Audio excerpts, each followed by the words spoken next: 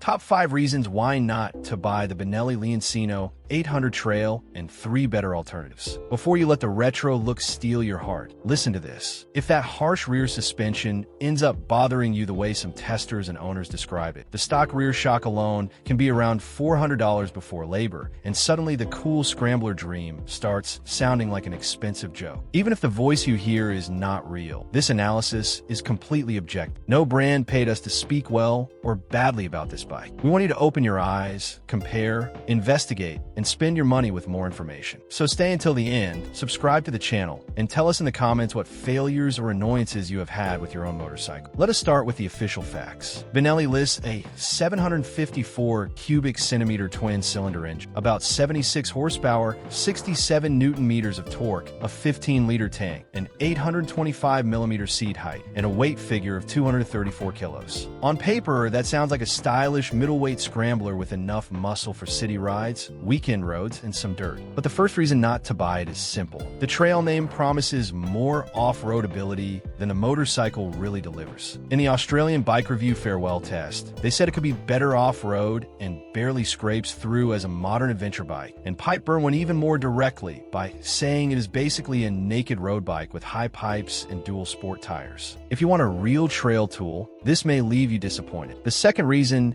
is the suspension setup. One of the strongest complaints in testing is the rear shock behavior. Bike Review described the rebound as too harsh and said it throws every bump back at the rider on longer trips. In a German owner forum, one rider also complained that the fork is not adjustable. In other words, the motorcycle sometimes behaves like it believes every pothole is urgent personal news that must be delivered straight to your spine. That can be funny for 1 minute and annoying for months. The third reason is braking feel. The German test from 1000 PS praised the components on paper, but said the real performance did not fully convince and that it takes a lot of hand force to get real deceleration. That matters because this is not a light 200-kilo machine on skinny tires. When a bike looks premium and carries Brembo hardware, buyers expect stronger bite and less effort. The fourth reason is the dashboard and everyday ergonomics. In that same 1000 PS test, the matte display was criticized for becoming hard to read in certain sunlight, and the menu logic was described as not very intuitive. A writer in the German Benelli forum also complained about an annoying delay in the speed display. None of that destroys the motorcycle, but it does chip away at the daily experience, especially when rivals get the basics more right. The fifth reason is ownership after the purchase. Carol Nash pointed to a less convenient dealer network, less proven reliability, lower refinement, and likely weaker residual values. In Colombia, the Autico maintenance document shows preventive services at 1,000, 5,000, 10,000, and 15,000 kilometers, so this is not the kind of bike you buy and forget about. On top of that, one Leoncino 800 Trail owner on Reddit reported a faulty oxygen sensor. That does not mean every bike will fail, but it does remind you that even a small sensor can become an annoying bill, and official parts catalogs show the oxygen sensor is not exactly pocket change.